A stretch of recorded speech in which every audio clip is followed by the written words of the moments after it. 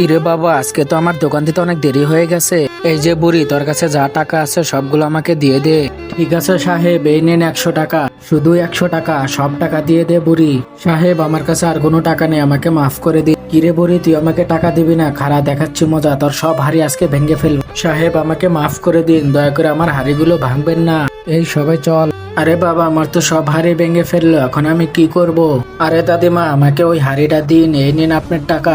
আচ্ছা ঠিক আছে, এই নাও তোমার হাড়ি। একটা হাড়ি বেচে আমার কি হবে?